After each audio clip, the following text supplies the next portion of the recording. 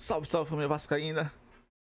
Eu me chamo Cláudio, seja bem-vindo ao nosso canal Vasco Mania, onde você se informa e interage sobre o que acontece no Vasco. Pessoal, eu tava aqui assistindo aqui as notícias para poder repassar para vocês e resolvi trazer para vocês aqui para a gente reagir junto.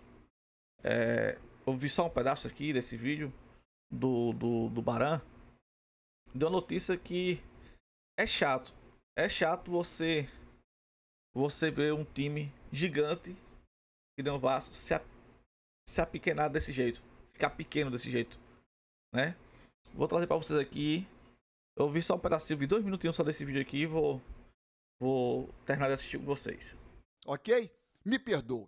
Bom, o Vasco joga amanhã contra o Flamengo no Maracanã e a diretoria do Vasco se antecipa informando desde ontem que o setor leste superior do Maracanã estará fechado. Por que deste fechamento de maneira tão precoce? O correto era promover a ida do torcedor do Vasco. Olha, estará fechado. Não é que tem um problema lá, não é que estão fazendo uma reforma. Simplesmente fechar uma parte onde a torcida do Vasco poderia ir, tentar dar força para o Vasco, dar força para a equipe, né?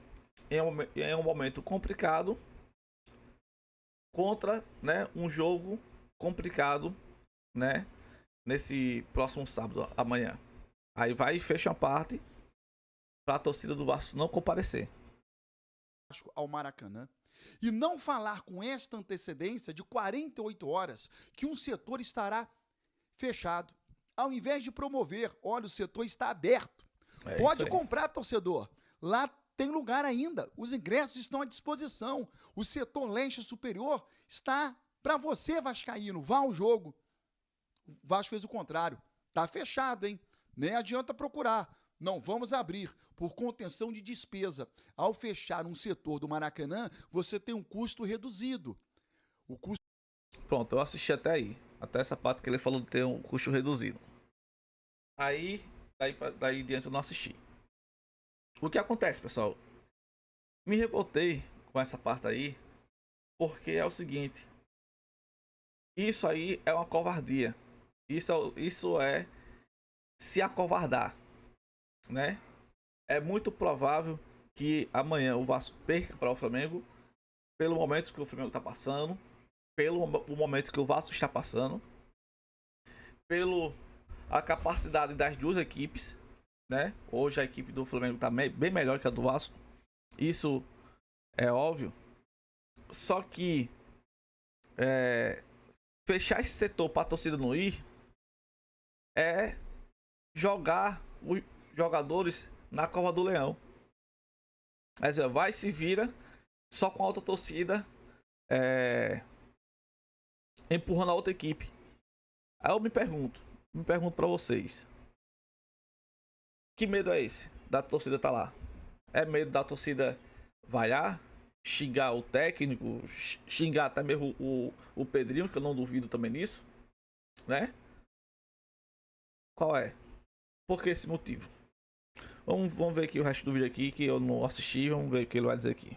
Custo operacional. Você tem menos ingressos que você precisa confeccionar, menos funcionários trabalhando naquele setor, os bares fechados, banheiros, né, área de limpeza.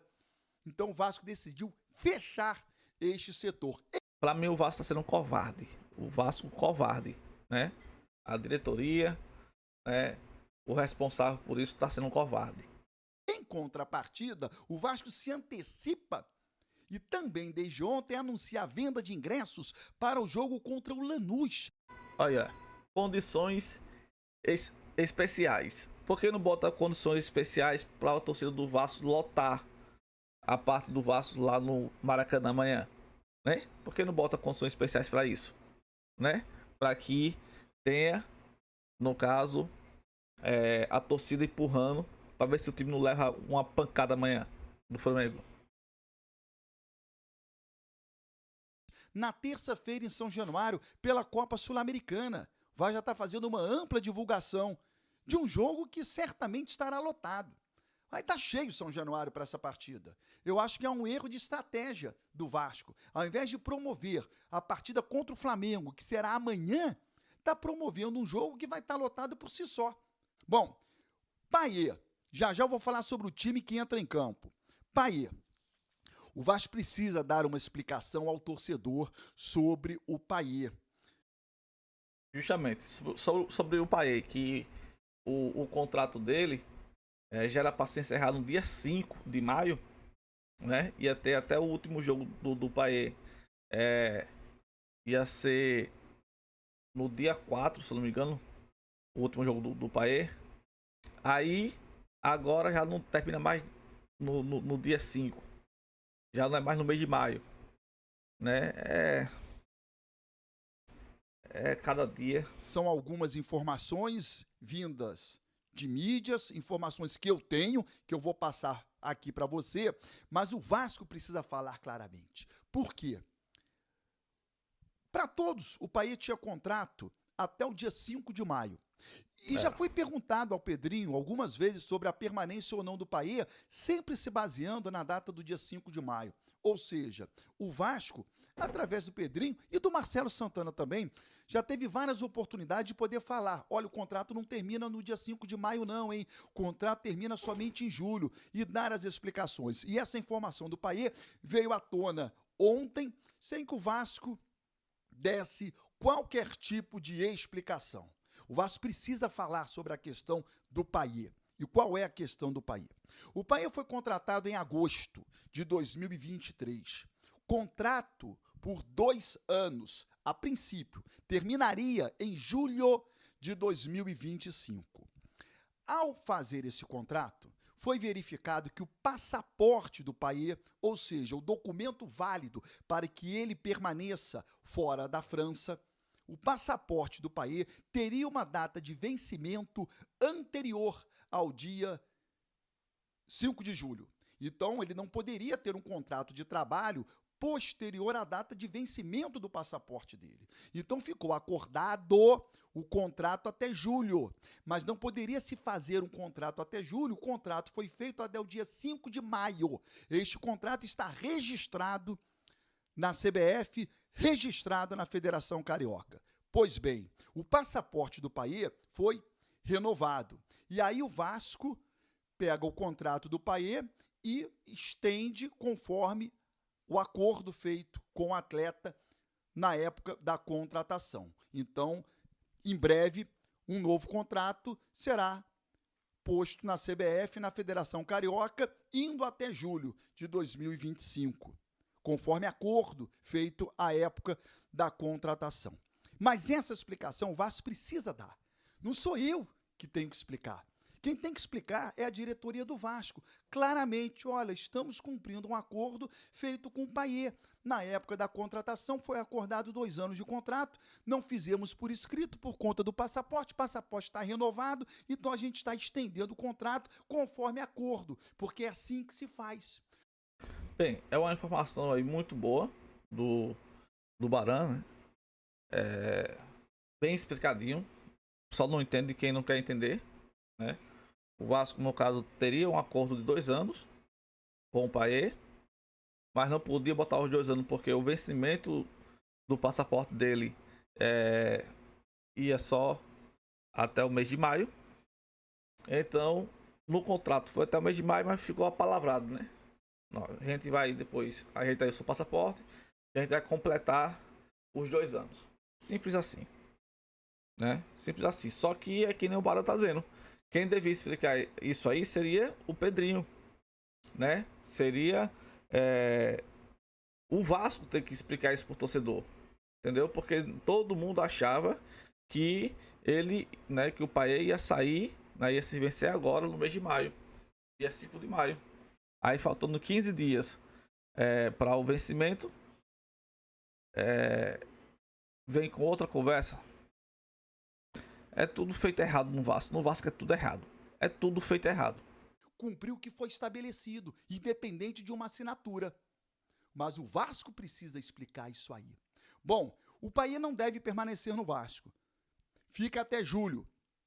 E aí o Vasco vai para a janela de transferências que começa no dia 10 de julho e termina no dia 2 de setembro, podendo contratar 2 bons jogadores com o dinheiro que ele paga ao Payet. Acho que é um bom negócio. Para mim, o bom negócio seria contratar um bom jogador,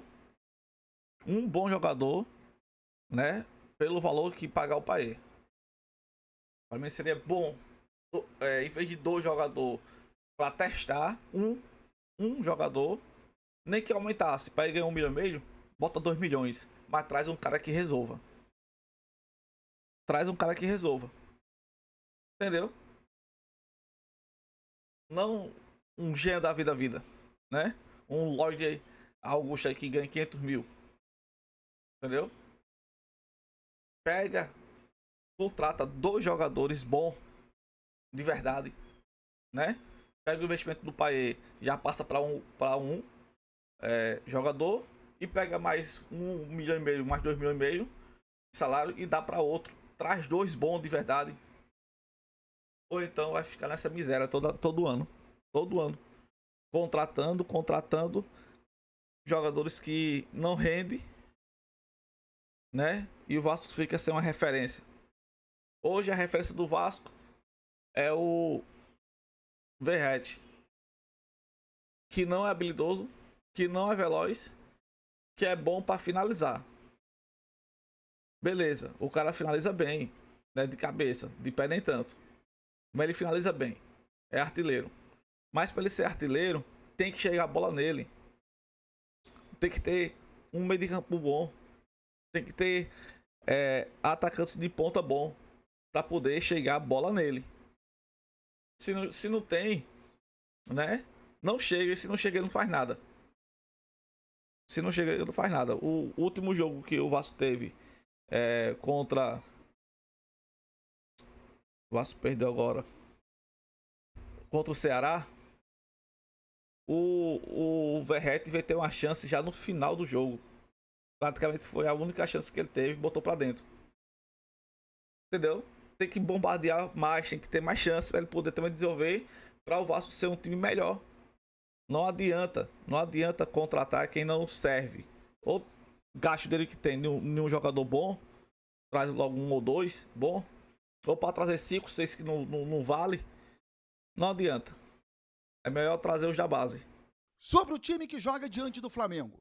O Vasco finalizou os trabalhos para o jogo diante do Flamengo com algumas dúvidas. Dentre elas, quem vai jogar ao lado do Hugo Moura? O Tietê resolveu os problemas familiares. Paulinho, que não vem jogando bem, ou o Jair? O Carille pode até colocar 2 jogadores ao lado do Hugo Moura. E aí sacando o Garré, congestionando ali o meio-campo. Ou ele coloca um atleta ao lado do Hugo Moura, completa o meio-campo com o Coutinho e no ataque o Nuno Moreira, Verratti e ou a manutenção do Garré, ou a entrada do Ryan, ou até o Puma Rodrigues, que já retornou do Uruguai, foi acompanhar o nascimento do filho. O Vasco fez várias partidas, né, dobrando o setor direito com o PH e o Puma, e pode ser que o Carille venha a fazer essa alteração. Em relação à zaga, o Maurício Lemos parece que ainda não tem condições de jogo, né? Ele sofreu uma fratura na costela. O Lucas Freitas será mantido ao lado do João Vitor. Se inscreva no canal. Tá aí, pessoal, né? É o time que tem. Né? Sem falar que tinha que dar mais uma chance pro Capasso. O Capasso não é um jogador tão bom, mas que a fase do João Vitor tá horrível.